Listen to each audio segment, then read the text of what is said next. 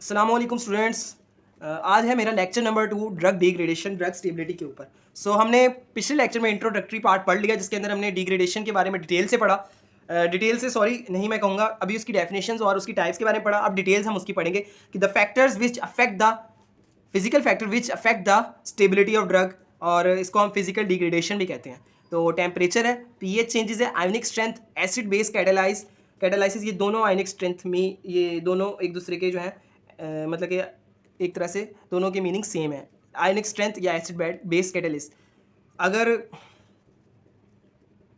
अस्सलाम वालेकुम स्टूडेंट्स, मेरा नाम मुनीबुर रहमान और आज है मेरा ड्रग स्टेबिलिटी और ड्रग डिग्रेडेशन के ऊपर मेरा दूसरा लेक्चर है जिसके अंदर हम डिटेल से पढ़ेंगे physical factors which affect the degradation और केमिकल फैक्टर्स के बारे में। तो स्टार्ट करते हैं। फिजिकल फैक्टर्स जिसके अंदर मैंने मेंशन किए जो हमारे सिलेबस में भी, टेम्परेचर, पीएच चेंजेस, आयनिक स्ट्रेंथ, एसिड बेस कैटालिसिस, ये दोनों जो है एक ही है। अगर आयनिक स्ट्रेंथ ज़्यादा होगी तो जाहिर सी बात है OH और H आयन की कंसनट्रेशन ज़्यादा होगी तो एसिड बेस कैटालाइसिस भी ज़्यादा होगा। और रेडिएशन के थ्रू फिजिकल फैक्टर्स जो अफेक्ट करते हैं डिग्रेडेशन को। टेम्परेचर की बात करें तो आपको पता है जो एंजाइम्स हैं वो टेम्परेचर इंक्रीज़ करने से उनकी एक्टिविटी ज़्यादा होती है, लेकिन किसी हद तक सेम फिनोमेना यहाँ पर भी होता है। Rate of chemical reaction increase by 2 to 3 folds for every 10 centigrade raise in temperature. जब जब 10 सेंटीग्रेड बढ़ेगा टेम्परेचर तो मल्टीपल हो जाएगा reaction rate 2 to 3 times. So heat can effect the drug properties. जाहिर सी बात है ड्रग के अंदर कुछ ना कुछ तो वो इफेक्ट कर रही है जिससे ड्रग क्या रिएक्शन तेज़ हो रहा है, और रिएक्शन तेज़ होने का मतलब है कि वो किसी लिमिट पे जाकर डी नेचर हो सकती है, ड्रग डिग्रेड हो सकती है ज़्यादा टेम्परेचर में। इस वजह से कहते हैं ड्रग को कीप इन कूल टेम्परेचर या room temperature which is 25 centigrade, ठीक है, या रेफ्रिजरेटर्स के अंदर रखते हैं ताकि टेम्परेचर से डिग्रेडेशन ना हो ड्रग की। और ये क्यों मतलब कि हार्मफुल है टेम्परेचर डिग्रेडेशन, क्योंकि थर्मल एबाइल ड्रग्स कहते हैं जो थर्म सेंसिटिव होती है, टेम्परेचर सेंसिटिव, जिनको टेम्परेचर देते ही वो जो होती हैं वो या तो मेल्ट हो जाती हैं या तो उनकी फिजिकल और केमिकल प्रॉपर्टीज टोटली चेंज हो जाती हैं। वाइल हीटिंग फॉर स्टरलाइजेशन, अच्छा थर्मोलेबाइल ड्रग्स को स्टरलाइज करने के लिए हीट देना पड़ती है। जिस तरह हम बॉयल करते हैं वाटर को ताकि उसके अंदर से बैक्टीरियल ग्रोथ कम ख़त्म हो जाए, तो हमें जो है मुख्तलिफ मशीन्स या क्या कहते हैं डिवाइसेस में ड्रग को डालना होता है, थर्मोलेबाइल ड्रग्स को, ताकि उनकी जो माइक्रोबियल एक्टिविटी वो ख़त्म हो जाए, स्टरलाइजेशन कहते हैं। तो वो डिकम्पोज हो सकती है टेम्परेचर ज़्यादा करने से, ठीक है। इसमें एग्जांपल होती है डेक्सट्रोज इंजेक्शंस और सल्फोनामाइड्स, ये डिग्रेड हो जाती है टेम्परेचर से। Degradation rate depends on the temperature. इस सब का खुलासा ये डिग्रेडेशन का जो रेट है वो टेम्परेचर के डायरेक्टली प्रोपोर्शनल है। टेम्परेचर जितना जितना ज़्यादा होता रहेगा डिग्रेडेशन भी ज़्यादा होती रहेगी। अगर नेगेटिव टेम्परेचर ले जाए, मतलब कि टेम्परेचर, अब ये तो मैंने एक बात लिखी ना, अब दूसरी बात ये लिख लूँ कि टेम्परेचर को कम कर देता हूँ, तो टेम्परेचर ये कम करने से स्टेबिलिटी कॉज होगी ड्रग की, तो इस वजह से हम ड्रग्स को रेफ्रिजरेटर में रखते हैं। पीएच चेंजेस में क्या होगा, सिंपल बात है, the concentration of hydrogen ion and hydroxyl ion also affects the degradation of drug. Some reaction are rate dependent. At high pH reaction may be slow down or at low pH reaction may be fast leads to decomposition. एक drug है, जाहिर सी बात है उसके अंदर कोई ना कोई सॉल्ट हमने बनाया होगा, तो सॉल्ट अकॉर्डिंग टू आर्हीनियस या हेंडरसन हेजलबैग इक्वेशंस, उनके थ्रू क्या होती है कि जो हमारे पास आयनिक स्ट्रेंथ या एसिड बेस स्ट्रेंथ है वो पीएच के डिस्टर्ब होने से चेंज हो सकती है, OH और H आयन, क्योंकि वो रिएक्ट कर देंगे आपके साल्ट्स से। तो वो यही कह रहा है कुछ ड्रग्स के जो सॉल्ट्स होते हैं उनको पीएच कम करने से वो डिग्रेड हो जाते हैं, या तो पीएच ज़्यादा करने से, वो यही बात कह रहा है। PH affect the stability of drug. मैं पीएच की बात करता एक और बात बताना भूल गया कि ऑप्टिमम पीएच अगर हम ड्रग को देते हैं, फॉर एग्जांपल हमने एक ड्रग बनाई जिसने जो है हमारे इंटेस्टाइन में जाना है, तो उसको हम ऑप्टिमम पीएच उसको बनाएंगे, डिज़ाइन इस तरह करेंगे कि वो इंटेस्टाइन में जाकर डिग्रेड हो, ना कि वो कम पीएच कम पीएच हमारी कहाँ होती है, स्टमक के अंदर, वहाँ जाकर डिग्रेड हो। तो अब आयनिक स्ट्रेंथ की बात करते हैं जिसको मैंने नाम दिया एसिड बेस कैटलिस्ट का। It also influence the rate of degradation. जाहिर सी बात है आयनिक स्ट्रेंथ ज़्यादा होगी, रिएक्शन में भी कुछ ना कुछ चेंजेस होंगी। Rate of reaction of potassium, अब यहाँ एग्जाम्पल्स में ले रहा हूँ, सिनेरियोज ले रहा हूँ। Rate of reaction of potassium ion का जो रेट ऑफ रिएक्शन है वाटर के साथ is faster than sodium. Potassium को और वाटर को मिलाए तो उनका रिएक्शन ज़्यादा तेज़ होगा एज़ कम्पेयर टू सोडियम और वाटर, ठीक है, और कैल्शियम का स्लो होगा सोडियम से भी। ये आयनिक स्ट्रेंथ है ना कि पोटाशियम की आयनिक स्ट्रेंथ ज़्यादा है सोडियम से, सोडियम की आयनिक स्ट्रेंथ ज़्यादा है कैल्शियम से। इनको चेंज करने से भी रिएक्शन के रेट में फ़र्क आता है। Changing the ionic character of drugs there is either increase और डिक्रीज और नो इफेक्ट ऑन डिग्रेडेशन। हम एक चीज़ पढ़ते हैं जो डिग्रेडेशन का कॉज करती है, उसको हम हाइड्रोलाइसिस कहते हैं। अब अगर मैं पोटाशियम यूज़ करता हूँ साल्ट ड्रग के अंदर, तो वो वाटर के साथ जल्दी रिएक्ट होगा, हाइड्रोलाइसिस ज़्यादा होगा, तो क्या होगा, ड्रग डिग्रेड ज़्यादा जल्दी होगी। अब मैं कैल्शियम यूज़ करता हूँ तो कैल्शियम से डिग्रेडेशन कम होगी। If drug is positively charge, अगर ड्रग, अभी ये एसिड बेस कैटलिस्ट की बात हो रही है, कि अगर ड्रग को मैंने पॉजिटिवली चार्ज डिज़ाइन किया है और इसकी आयनिक स्ट्रेंथ इंक्रीज होती है बाय एडिशन ऑफ साल्ट, तो ये कौन सी कैटालाइज करेगा? हाइड्रोजन आयन कैटालाइज करेगा और विच इंक्रीज द डिग्रेडेशन। इसके अपोजिट अगर ड्रग को नेगेटिवली चार्ज डिज़ाइन करता हूँ तो इसकी आयनिक स्ट्रेंथ इंक्रीज होती है बाय एडिशन ऑफ साल्ट्स। किस साल्ट से? जिसमें OH कैटालाइज ज़्यादा हो, डिक्रीज द डिग्रेडेशन, और ये अपोजिट है, ये करता है डिग्रेडेशन को डिक्रीज। सो यूवी रेडिएशंस की बात करते हैं। रेडिएशंस लाइक यूवी और gamma rays can also degrade drugs effectively. Drug in solution form show more degradation. जो सोल्यूशन फॉर्म होती है ना, जिस तरह सस्पेंशन या एमल्शन, वो यूवी लाइट से ज़्यादा डिग्रेड होते हैं, ज़्यादा जल्दी, क्योंकि वो उनका कोई अगर मॉलिक्यूलर स्ट्रक्चर देखें तो वो उनके एटम्स आपस में पैक नहीं होते। सॉलिड डोजेज फॉर्म के जो एटम्स होते हैं, मॉलिक्यूल्स होते हैं, वो आपस में पैक्ड होते हैं। सो जो रेडिएशन होती है ना, उनकी अगर वेवलेंथ को जितना कम करते हैं उतना डिग्रेडेशन रेट ज़्यादा होता है। सो ये आपने बात याद रखनी है एक छोटी सी। सो अब हम बात करते हैं chemical factors which affect the degradation of drugs. So chemical factors में 3 तरह के केमिकल फैक्टर्स हमारे सिलेबस में शामिल हैं। मैं मेंशन कर देता हूँ: hydrolysis, redox reactions, oxidation reduction reactions और complex chemical reaction. So start करते हैं हम फर्स्ट केमिकल फैक्टर जिसका नाम है हाइड्रोलाइसिस। हाइड्रोलाइसिस जो है वो most main degradation factor of drug है, जिसके लिए फिर फार्मास्यूटिकल प्रेपरेशन को अगेंस्ट हाइड्रोलाइसिस, मतलब कि ऐसी प्रेपरेशन बनानी चाहिए जो हाइड्रोलाइसिस जो है वो बिल्कुल भी ना करवाए, क्योंकि हाइड्रोलाइसिस सबसे मेन कॉज है जिसकी वजह से ड्रग डिग्रेड होती है और इसकी स्टेबिलिटी इनस्टेबिलिटी में तब्दील हो जाती है। Hydrolysis means splitting of pharmaceutical product by the reaction of water. Reaction of water जब ऐड होगा ड्रग के अंदर तो वो ड्रग अपने कंपोनेंट्स में स्प्लिट हो जाएगी या डीकम्पोज हो जाएगी। इसको हम कहते हैं hydrolysis. It is the main problem of instability of emulsion suspension of solution and solution. ये सबसे ज़्यादा मेन है, मैंने बता दिया।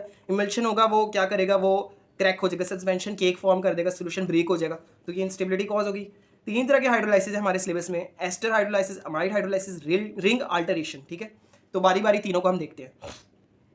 एस्टर हाइड्रोलाइसिस जो होती है, एस्टर एक ग्रुप है, ऑर्गेनिक केमिस्ट्री पढ़ा होगा, मैं यहाँ मेंशन भी कर देता हूँ, RC⋯OR, ये एस्टर ग्रुप होता है। ठीक है, और ज़्यादातर प्रेपरेशन फार्मास्यूटिकल प्रेपरेशन में एस्टर ग्रुप शामिल होता है। It is the degradation of pharmaceutical drug containing ester group, ठीक है, और in the presence of water, क्योंकि हम हाइड्रोलाइसिस में पढ़े ना एस्टर हाइड्रोलाइसिस, तो वो ऐसी हाइड्रोलाइसिस, ऐसी डिग्रेडेशन जिसमें ड्रग जो है वो डिग्रेड हो और वो एस्टर ग्रुप रखती हो। ठीक है, carboxylic acid and alcohol is produced. वो ड्रग 2 कंपोनेंट्स में तब्दील होगी, एक अल्कोहल में, एक कार्बोक्सिलिक एसिड में, मतलब कि ड्रग ने अपनी थेरापेटिकल एक्टिविटी को लॉस कर दिया। ठीक है, सो ये हमारे पास एक एग्जांपल है जिसके अंदर मैंने एस्टर ग्रुप लिया हुआ है, वाटर के साथ एडिशन हुआ, वाटर में यहाँ पर कौन सी कैटालाइज हो रही है, यहाँ पर एसिड कैटालाइज हो रहा है। ठीक है ना, वाटर का एसिड यूज हो रहा है ड्रग की डिग्रेडेशन में। ठीक है, तो इससे क्या होगा, यहाँ पर R जो होगा वो OH के साथ मिल जाएगा, H यहाँ आ जाएगा, तो अल्कोहल बन गई एक। ठीक है, और यहाँ पर एक हमारे पास क्या बन गया, सॉरी, कार्बोक्सिलिक एसिड बन गया और एक अल्कोहल बन गई, तो ये एस्टर हाइड्रोलाइसिस है। सो एग्जांपल देखें तो एस्टर हाइड्रोलाइसिस में प्रोकेन, टेट्राकेन, एट्रोपीन और एस्पिरिन। एट्रोपीन की एग्जांपल देखें तो एट्रोपीन, ट्रोपीन अल्कोहल में तब्दील होती है और ट्रोपिक एसिड कार्बोक्सिलिक एसिड में। अगर आप इस एट्रोपीन, ट्रोपीन और ट्रोपिक एसिड की जो है डायग्राम्स या सॉरी डायग्राम्स कह रहा हूँ, स्ट्रक्चर्स बना दें, केमिकल स्ट्रक्चर्स, तो ये और अच्छी बात है। ये मुनीब के नोट्स में भी शो हुए हैं और नेट पे भी आप देख सकते हैं। अगर ऐसे लिख दें तो भी ठीक है। सो नोट यहाँ पर मैंने लिखा हुआ अल्कलाइन हाइड्रोलाइसिस, जिसको हम कहते हैं बेस हाइड्रोलाइसिस। OH से जो होता है वो इरिवर्सिबल होता है, लेकिन जो एस्टिक हाइड्रोलाइसिस होता है वो रिवर्सिबल होता है। MCQ उसके लिए इंपॉर्टेंट है। नेक्स्ट है हमारे पास अमाइड हाइड्रोलाइसिस। ठीक है, अमाइड हाइड्रोलाइसिस की बात करें तो the degradation of pharmaceutical drug containing amide group. Amide group अगर कोई ड्रग कंटेन करती है और उसकी हाइड्रोलाइसिस हो वाटर की प्रेजेंस में, तो उसको कहते हैं अमाइड हाइड्रोलाइसिस। इसमें क्या होता है, amide carboxylic acid and amine में तब्दील हो जाता है। तो ये एक मेरे पास एग्जांपल है जिसके अंदर अमाइड ग्रुप है, वाटर की मौजूदगी में, ये अभी रिवर्सिबल रिएक्शन है। इसने रिएक्शन किया तो यहाँ पर एक कार्बोक्सिलिक एसिड बन गया और ये एक अमाइन बन गया। ठीक है, डेबुकेन, बार्बिचुरेट्स, नियासिनामाइड, ये वाइटामिन है, और क्लोराम्फेनिकॉल। ठीक है, क्लोराम्फेनिकॉल, ये जितनी भी 4 ड्रग्स हैं ये अमाइड हाइड्रोलाइसिस के थ्रू डिग्रेड होती हैं। सो अगला है ring alteration. Ring alteration name से जाहिर है कि एक रिंग होगा, फॉर एग्जांपल बेंजीन रिंग बना दिया। ठीक है, ये अल्टर हो जाएगा। ठीक है, अल्टर होकर यहाँ पर कोई ना कोई ग्रुप जुड़ जाएगा। ठीक है, इसने अपनी अल्टरेशन कर ली, रिंग क्लोज था अब ओपन हो गया। A hydrolytic reaction involving ring cleavage with the attack of H positive या OH negative, efficiency of drug is decrease. इससे क्या होता है, एफिशिएंसी ऑफ ड्रग डिक्रीज हो जाती है। ठीक है, उसकी थेरापेटिकल एक्टिविटी डिक्रीज हो जाती है। हाइड्रोक्लोरोथायाजाइड इसकी एग्जांपल है, ये रिंग अल्टरेशन के थ्रू डिग्रेड होती है। रिंग अल्टरेशन में हाइड्रोक्लोरोथायजाइड वाटर से रिएक्ट करती है, इमीन एक रीअरेंज प्रोडक्ट बनाती है जो रीअरेंज होकर 4 अमाइनो 6 क्लोरो एम बेंजीन डाइसल्फोनामाइड बनाता है। ठीक है, ये जो इमीन है ये एक हमारे पास इंटरमीडिएट बनता है, और ये जो रिएक्शन है ना इसकी स्ट्रक्चर अगर लिख लेंगे पेपर में तो और ज़्यादा अच्छी बात है। तो हाइड्रोलाइसिस को अवॉइड किस तरह करें, टॉपिक के एंड में आपने ज़रूर ये लिखना है। सॉलिड डोजेज फॉर्म से हम कर सकते हैं कॉम्प्लेक्स फॉर्मेशन, मतलब कि हम साल्ट बनाकर, अगर हम साल्ट बना लें, मैंने पहले भी कहा था पोटाशियम की जो एबिलिटी है वाटर के साथ वो ज़्यादा है, तो हम कैल्शियम का साल्ट बनाकर ड्रग में, ताकि वो हाइड्रोलाइसिस अवॉइड हो। पीएच चेंज करके डेसिकेटर्स यूज़ करके जो वाटर को एब्जॉर्ब कर लें खुद, प्रॉपर पैकेजिंग के थ्रू, और बाय रेफ्रिजरेटिंग द ड्रग्स। सो ये था मेरे पास जो मैंने अभी आपको पढ़ाया, इस टॉपिक का नाम था केमिकल फैक्टर्स, जिसके अंदर मैंने हाइड्रोलाइसिस पढ़ाया। अगला है second chemical factor which is redox reaction, जिसको हम ऑक्सीडेशन रिडक्शन रिएक्शन भी कहते हैं। ठीक है, some drugs, steroids, vitamins, antibiotics degrade as a result of oxidation reduction reaction.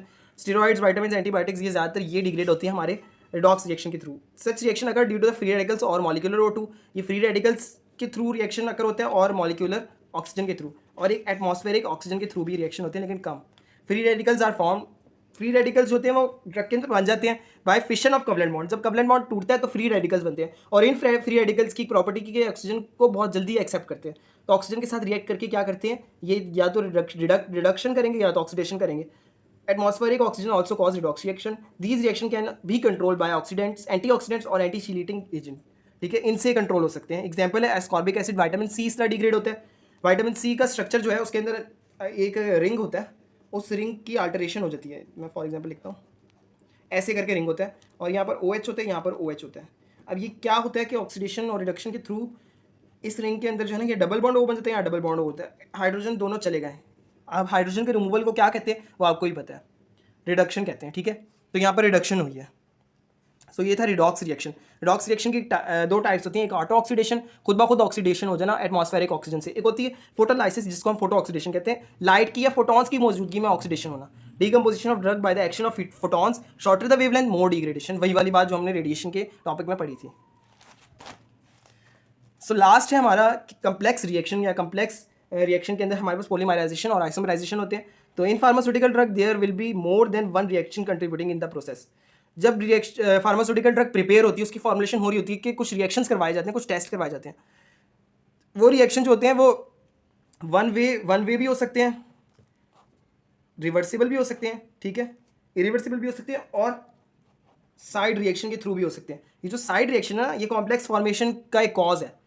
Some side reaction, अब ये क्या एक्चुअल रिएक्शन, ये है साइड रिएक्शन, ये साइड रिएक्शन एक्चुअल रिएक्शन से रिएक्ट करके ड्रग की स्टेबिलिटी को चेंज कर देता है, तो इसी को हम कहते हैं complex reaction. Such reaction can control by the temperature, pressure and concentration. इनको हम कंट्रोल कर सकते हैं कंसंट्रेशन के थ्रू, टेम्परेचर के थ्रू और प्रेशर के थ्रू। पॉलीमराइजेशन एक रिएक्शन है, और आइसोमराइजेशन ये मोहम्मद मुनीब के नोट्स में बहुत अच्छा लिखा हुआ है, यहाँ मैंने आपको एक कॉन्सेप्ट दिया, आप वहाँ से भी देख सकते हैं, और फार्मास्यूटिकल डोजेज फॉर्म या फिजिकल फार्मेसी की बुक से भी आप देख सकते हैं। तो आई होप आपको समझ में आई हो। ये ड्रग डिग्रेडेशन, ड्रग स्टेबिलिटी वाला टॉपिक मेरा कंप्लीट हुआ। कोई भी क्वेश्चन हो वो आपने ज़रूर पूछना है। जज़ाकल्लाह।